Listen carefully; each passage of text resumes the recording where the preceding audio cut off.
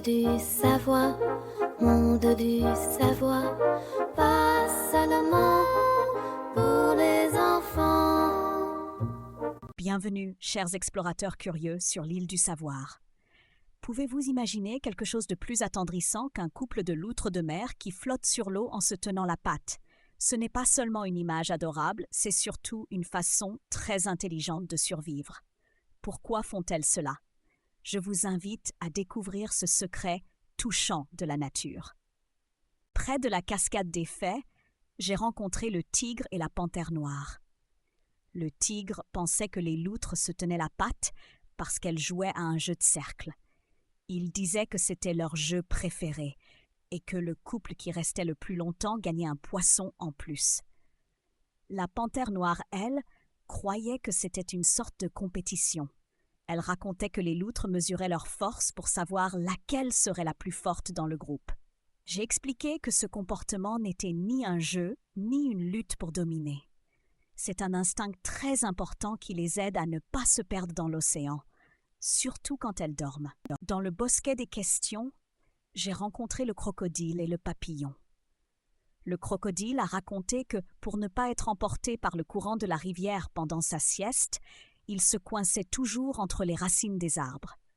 Le papillon a ajouté que, lorsqu'il se reposait sur une feuille par une journée venteuse, il s'accrochait fermement avec ses petites pattes pour ne pas être emporté. J'ai trouvé que c'était d'excellents exemples. Chaque animal a sa propre façon de rester en sécurité pendant le repos, et pour les loutres de mer, se tenir la patte est justement leur méthode. Près des cocons du savoir, j'ai rencontré le paresseux et le toucan. J'ai voulu tester leurs connaissances et je leur ai demandé ce qu'ils savaient sur les loutres qui se tiennent la patte. Le paresseux a expliqué lentement que les loutres de mer dorment sur l'eau, allongées sur le dos. Elles se tiennent la patte pour que les courants et les vagues ne séparent pas leur groupe, appelé un radeau. Le toucan a ajouté que les mères protègent aussi leurs petits de cette façon. Elles les enveloppent souvent dans des algues, créant une sorte d'encre naturelle pour que les petits ne dérivent pas pendant que la mère plonge chercher de la nourriture. Je les ai félicités pour leur connaissance en résumant que ce comportement est essentiel pour la cohésion du groupe et la sécurité des plus jeunes.